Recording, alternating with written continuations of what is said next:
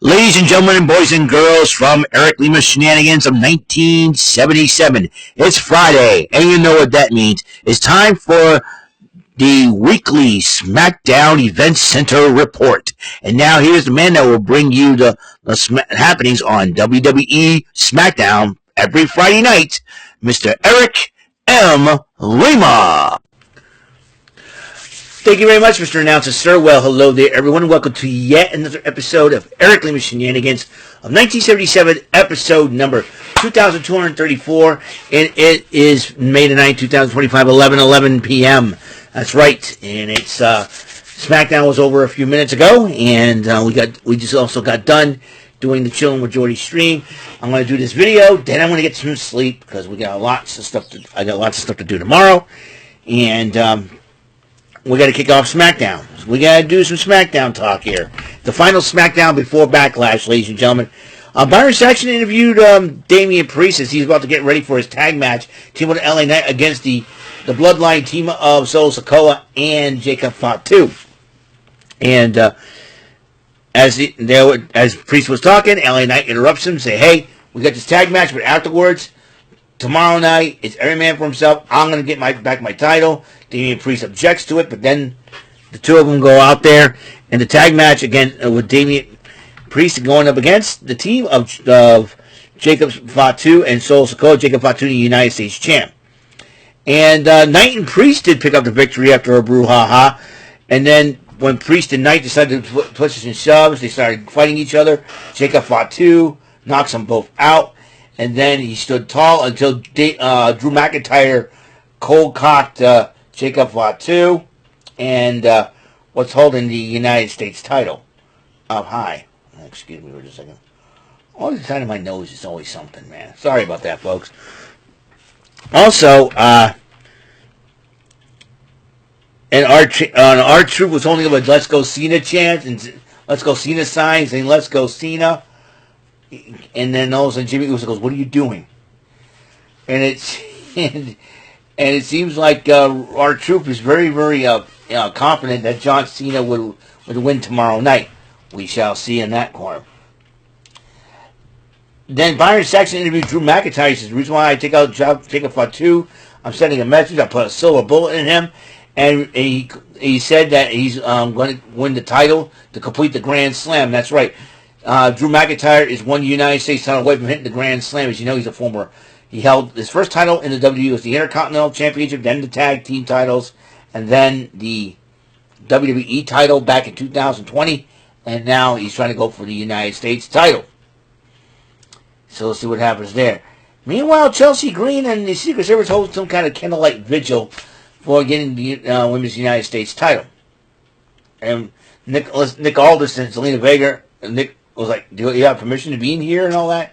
And then Nick Aldis says he makes a match tonight where Chelsea Green and Piper Niven team up against Zelina Vega and a partner of her choice. So, and speaking of Zelina Vega, her husband Aleister Black addresses why he returned to the WWE. It seems like he's not going to be speaking in riddles anymore, and he's basically going to be straight out fighting anybody that stands in his way.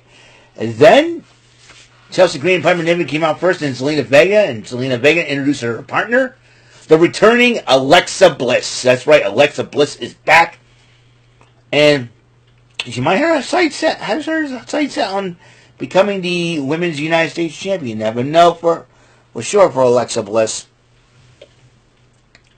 but the unknown entity that is Alexa Bliss, well, threw Green and Niven off their game as Bliss and Vega did pick up the victory. And they're both like 5 feet of fury, you know what I mean? And Santos Escobar, Ray Phoenix was walking to the building. Santos Escobar and confronts him and says, "Hey, amigo, this is, we're done with the conversation." "Yeah, our conversation." Then Los Garza jumps him and attacks him, and then as referees and officials trying to get them off and get them out of the arena, or so to speak, Andrade checks up on him. So I kind of find out that leads to a tag team matchup between Los Garza, Andrade, and Ray Phoenix. Then Charlotte Flair addresses the Dayton crowd, and yeah, what now? Yeah, so the baseball segment's playing right now. I'm not watching it.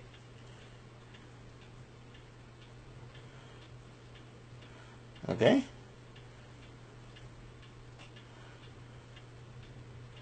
All right. Anyways, I'm doing my video if you don't mind. People. Anyways, Charlotte Flair addresses the Dayton crowd about going, losing the title to Tiffany Stratton. She's getting back to the title. Fans started booing her, and then Charlotte Flair whines at them and said, Charlotte Flair whines at them, is I'm leaving and all that, and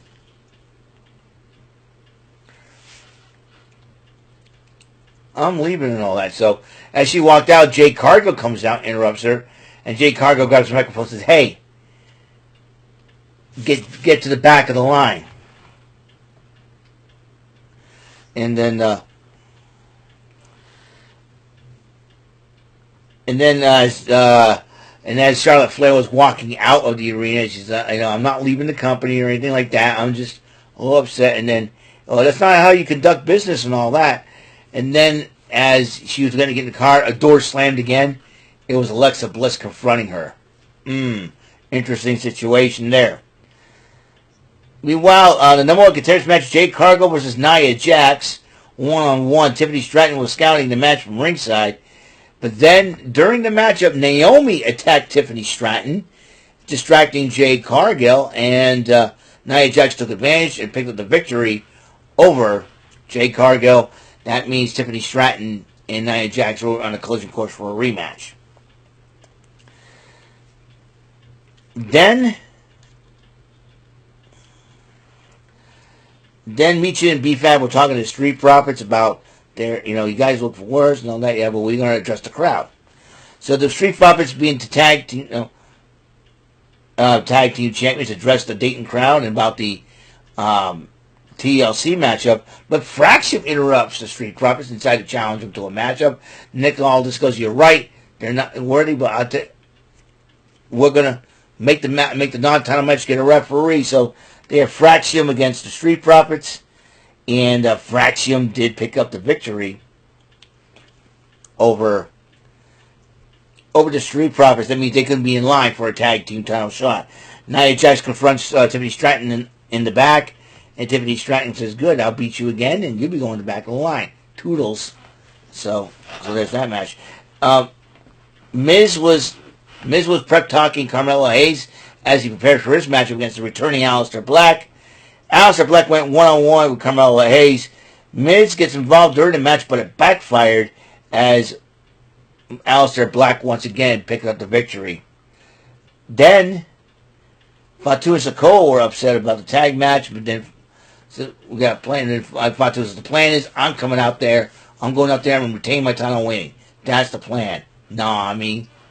So then as Fraction celebrates their victories, Motor City Machine Guns congratulates them and spoke some words of encouragement. But then DIY attacks both teams, and it seems like they want a shot at the tag team titles again. Then the team of Andrade and Rey Fenix versus Los Garza. As you know, they also Joe Tessitore and Wade Barrett also addressed AAA Mexico, and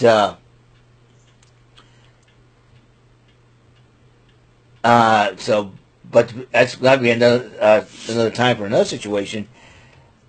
But Andrade and Phoenix did pick up the victory over Los Garza. Santos Escobar, Angel was comforting Berto as Santos Escobar was yelling at him, tells him to get up. And then he starts poking at Berto. Berto slaps down his fingers and then looks at him and basically walks away. And John Cena's come out to address his match against Randy Orton. He summoned Mark Nash because he's not doing a good job. The kid is new. Let him be. And that's how much of a jerk John Cena is. And then a fan hit John Cena with a beer bottle. And then John Cena picks up the beer bottle, tosses it, and starts running down the Dayton crowd. He starts running down Randy Orton. And then a hooded figure in a Randy Orton hoodie tried to attack him and give him an RKO. But John Cena picked him up to give him an AA because that can't be Orton. And then as John Cena was celebrating, the real Randy Orton came on and RKO'd him once again. Do you ever think, John Cena, that you're not who you think you are? You know, seriously, Cena, you Joker's Wild devil looking geek. Speaking of John Cena, we got Backlash 2025, WWE title on the line. John Cena versus Randy Orton. I picked John Cena over Orton in that matchup. The Intercontinental title on the line. Dominic Mysterio defends against Penta. I see Penta walking away with the gold. Thing. Then the United States title between Jacob Fatu defending it against LA Knight, Damian Priest, Drew McIntyre. I picked McIntyre to become a Grand Slam champion.